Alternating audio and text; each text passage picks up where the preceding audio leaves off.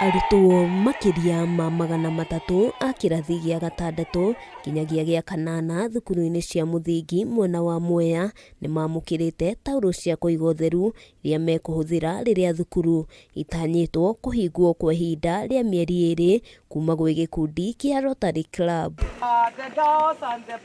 Ona kũrĩ ũguo, arutwo a tũmwana matitigĩtwo na thutha kuona nĩ mamũkĩrĩte nguo cia thĩiniĩ amu kaingĩ mwana wa kairĩtu nowe ũkoretwo akĩrũmbũiyo. Na pia no tũgũka kũbanda mĩtĩ, nĩ tũkũbanda mĩtĩ 300 thĩinĩ wa cukuru ĩno tondũ nĩ tũrenda mĩtĩ mũno thĩinĩ wa thĩ ĩno nĩgetha ũhoro wa climate change kana kwaga kwa mbura tũnyibanyibie na ningĩ tũkorwo na mazingira mega ma gũtũra. Kara Mũrĩithi nĩwe president wa Rotary Club kaunti-inĩ ĩno akiuga maheanĩte ũteithio ũyũ thutha wa kuona ũrĩa arutwo makoretwo magĩthĩnĩka makĩria arĩa maumĩte mĩciĩ ĩtarĩ na ũhoti mũiganu. Taigua twamatigĩra nĩ kũbota kũmakinga, koguo nĩ tũramenya ciana ici ciaumĩra icagi-inĩ matibota magĩcemania na andũ aya makoragwo marĩ oru, andũ arĩa mangĩ meka naĩ.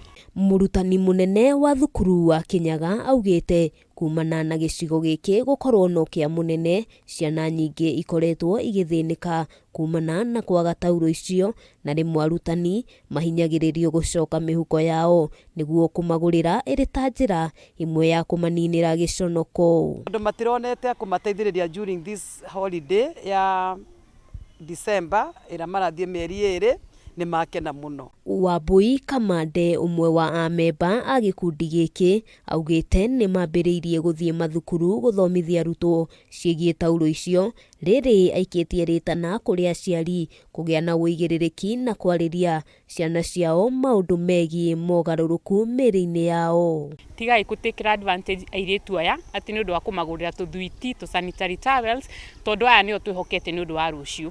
Koguo matungata ita sisters cianyu kana mwana waku ũrĩa ũngĩmuoya.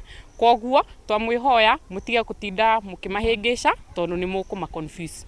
Handũ-inĩ ha Kameme TV, rĩtwa rĩakwa nĩ Wambui wa Njũgũna.